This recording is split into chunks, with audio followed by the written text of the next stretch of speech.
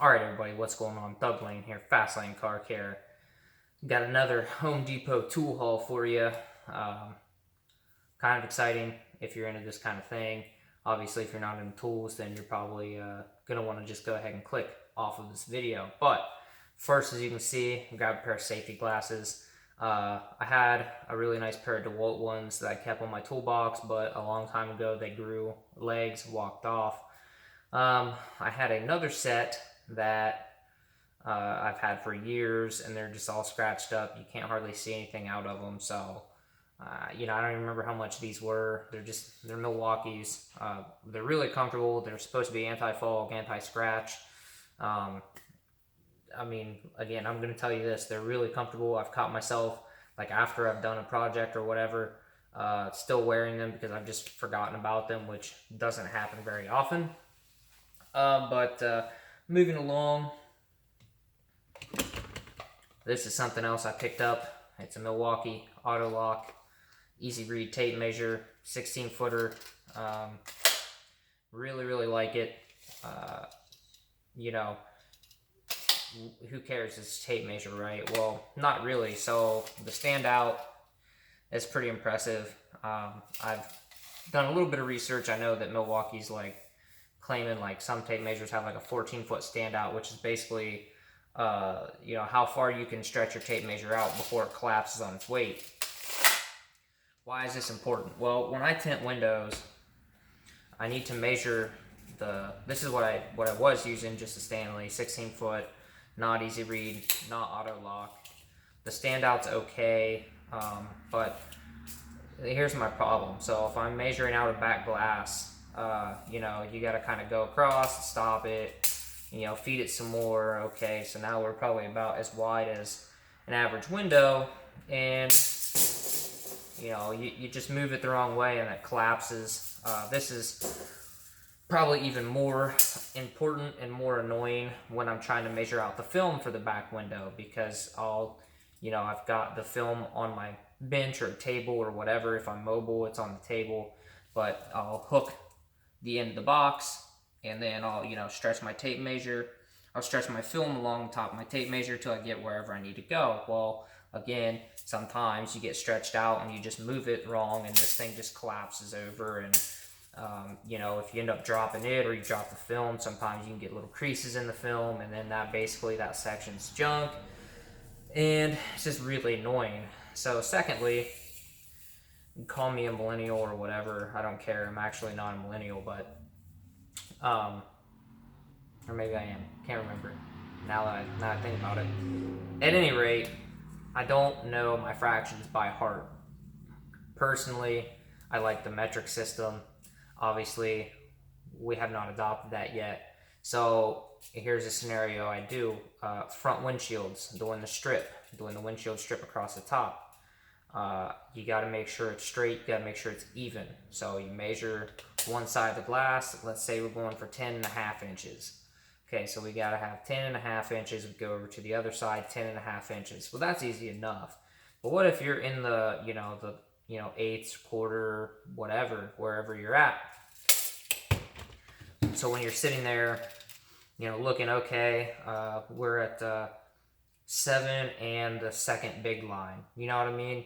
Which is 7 3/4. But if you don't know that, and you just have all these lines of different sizes, you get over to the other side, you start measuring, and it's like, oh crap, was it this little line or was it this little line? Or and you can get some variation that way, which if you're off an eighth of an inch, is it going to matter? Probably not. The average person isn't going to notice, but I care. So having the easy read just makes it that much easier to get film exactly where you want it to measure out your windshield strips, whatever you need to measure out. It's just that much easier with the easy read. And as you can see, the auto lock, as we're measuring out film, not a big deal. It just stays. We don't have to keep flipping the switch to hold it, flipping the switch to hold it. Easy peasy lemon squeezy. So while I was there, I had seen a pretty decent deal on the M18 tools. show you what I got, actually. I'll show you the box. These are the brushless. This is a brushless kit. It's got the impact and the drill. It also came with, it's a hammer drill, I should say. It came with a 4.0 battery, a 2.0 battery, charger obviously, and this little carrying case. This is model number 2893-22XC. This is not fuel, this is a non-fuel. And this is kind of the tricky thing that Milwaukee does that I don't really like. You have to check the batteries. So when you're pricing these kits, you know, look, because they have this set up, I believe they're the exact same brushless tools, but they only come with the 2.0 batteries. So this one came with a 4.0 and a 2.0, which is great for me, but here's the even better thing. My local store, I don't know if it's all over or whatever, my local store had a deal. You buy this kit or the fuel kit and you got a free 5.0 battery right along with it. And so these sell on the shelf for 130 bucks. So basically you got a $130 battery for free. And now my buddy, he's a teacher by trade, but he flips houses, works construction during the holidays, like Christmas break, summer break, stuff like that. And I grew up building houses with my grandpa too, so I know a lot about power tools and stuff like that. And I was asking him, because he's had red tools for a long time. I asked him, is there really that big of a difference between the fuels and the non-fuels? And he said, well, I don't really know. I always just bought the fuels. Because they are, if you read the specs, the non-fuels are a little bit slower. Speed-wise, a little bit slower, a tiny bit less torque. But, he said, hey, I'm going to be in town. I'll bring my fuel tools with me. And we can, set up a little demo, race them. Just buy the non-fuels. If you don't like them, just take them back. We've got a money-back guarantee. Spend the extra money and get the fuels. So, not going to bore you too long, but check this out. Still at half battery on the 2.0 battery. 2.0 battery. And we set up two 2x4s, and we drove like 3.5 inch deck screws through them, racing them. We raced this impact, the non-fuel, brushless, and then we also raced my old 18-volt Ryobi, just for comparison. His fuel finished like, you need a stopwatch and stuff. We tried to do it a few different ways, but so basically we tried to do both of us holding it so we could get the same start time, but it's difficult to keep the same amount of pressure. So that plays a big deal. And we ended up just figuring out, just hold it, each up, one of us call 1, 2, 3, go, drive it, and see who got to the bottom first. His, like a tiny bit, like a tiny bit faster. And if you're a tradesman, you're a professional, that may be really important to you. Me, I don't care if it takes me 5 extra minutes to build a deck, because they're really not that much slower. That much difference impacting wise. These things will drive a deck screw clear through a 2x4 as long as you keep, pushing the trigger. It's going to blow through until it runs out of threads. And here's another thing too. We compared the Ryobi, and the Ryobi was actually almost as fast as the fuel until it started, and still it needed that torque to impact. It started to impact sooner than both of these. And once it started impacting, it was much slower than both the fuel and the non-fuel. So just to kind of put that into perspective, if you're thinking about going from more of a DIY grade tool to something like the Milwaukee's, which I would consider to be professional grade, this is a really great kit, really great setup. If you're a tradesman, you make a living, doing renovations, stuff like that, you may want the fuels just because of that little bit of extra speed, that little bit of extra torque. Personally, even with the hammer drill, which we also use these as well, same deal. We put Actually, I take that back. Or no, we did. We put wood boring bits on there, and we just bored some holes. Um, Same thing. Now the thing was, on the deck screws we used the same. We both had Shockwave Torx bits. We used the same Shockwave Torx bits for comparison. Now on this we didn't have two of the same drill bits, so we compared a speed bore bit, which is what I had. It's an older kind of spade bit, hex drive, and then he had one that was like has a curl, but then it has like a screw point on the top. I don't really know what the technical name for it is. But we bored a few holes that way, and then we switched bits, and it was actually, it came down to the bit. The bit that I had was actually faster, so I was finishing just a touch before he was. Then we switched bits, and I was coming in just a little bit further behind. I'll probably never use this to its full potential, the hammer drill. Basically, it was a free tool to me to buy the kit.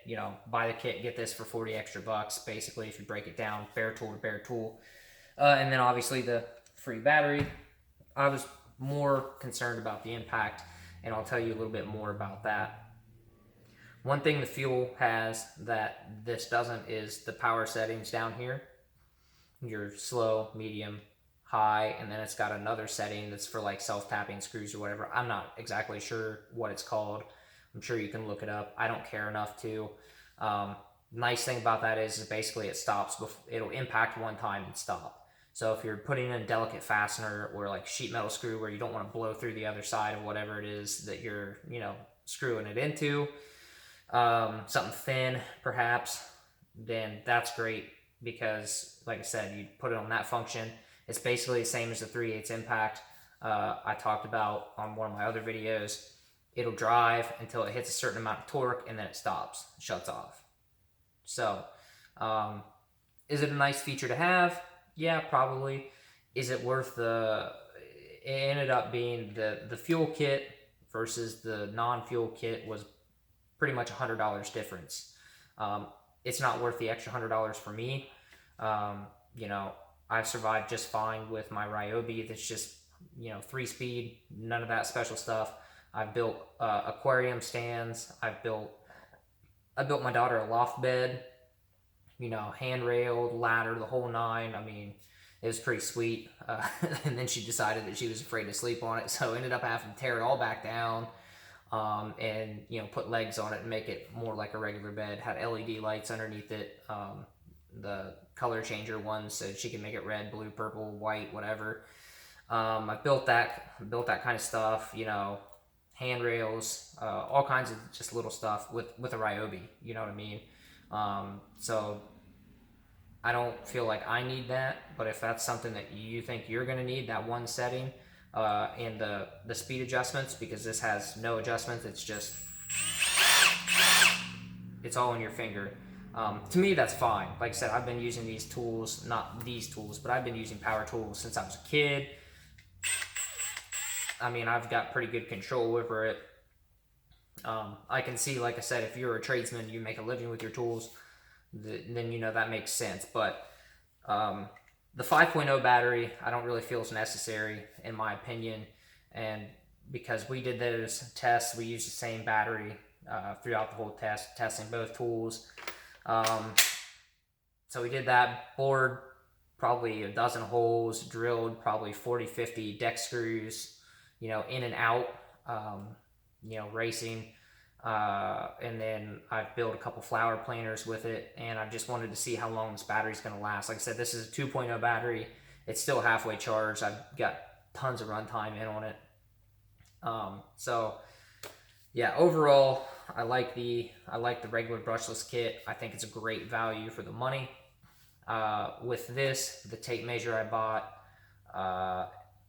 let's see, and then the 2x4 that we did for the test, I was taxing everything, 290, like 292, 296, something like that, under 300 bucks. So, like I said, if you're a tradesman and you feel like, you need that extra speed and, the torque and stuff, then yeah, I mean, if it's worth it to you, write them off for your taxes if you can, whatever. I can do the same thing because I'll use this for maintenance for the vehicle and stuff like that. But, coming off the money now, it just didn't really make sense to me to be able to say I've got the fuel tools. So, like I said, got the kit. Also, the hammer drill comes with a pretty nice hammer. Handle, not hammer. Comes with a pretty nice handle. Like I said earlier, I'll probably never use this to its full potential, just because if I need to drill through, concrete, hard steel, something ridiculous, I've got a big DeWalt. I've got a big. I forget what the actual stats are, but it's a corded deal with the stout handle and everything.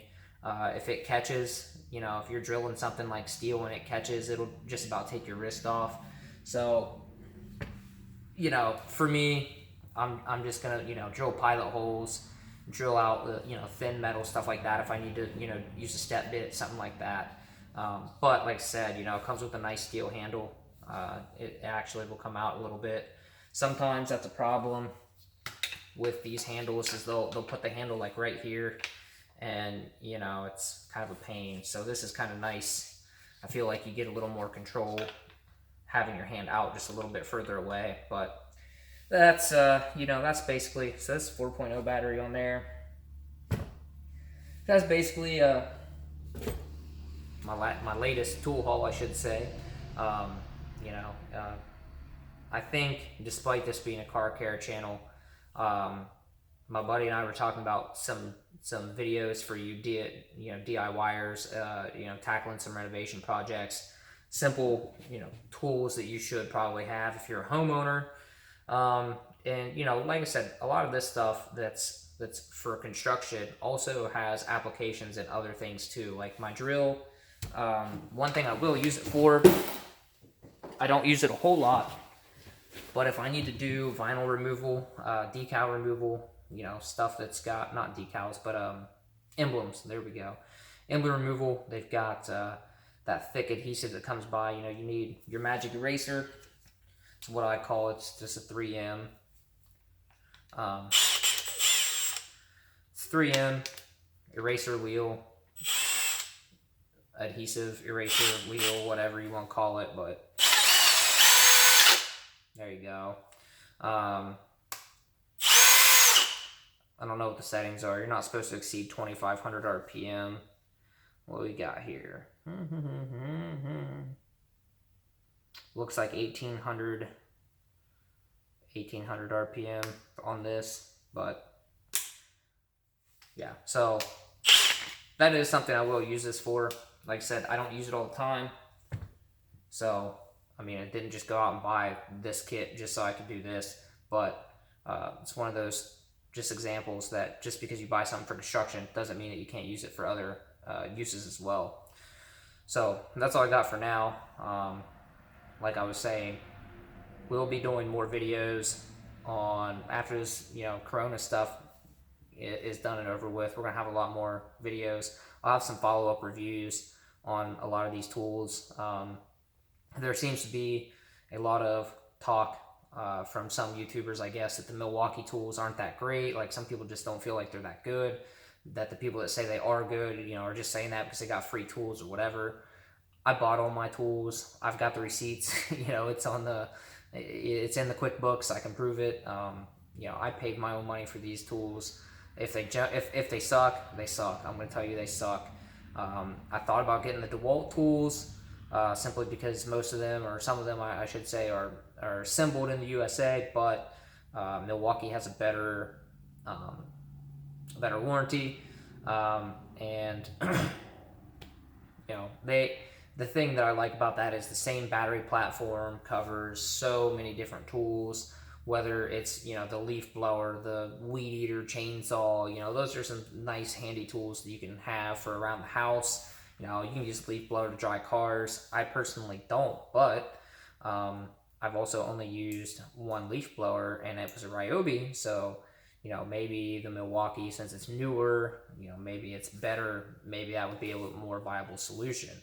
But that way you only have one battery pack, one, type. I guess technically I have two since I've got the M12 and the M18s, but they cover hundreds of tools. The DeWalt, just doesn't have that many offerings yet. Same with, Makita, all these other brands. So that's really what steered me towards Milwaukee. So if they work out, I'll let you know. If they suck, I'll let you know. But thanks for watching, guys. I'll see you on the next one.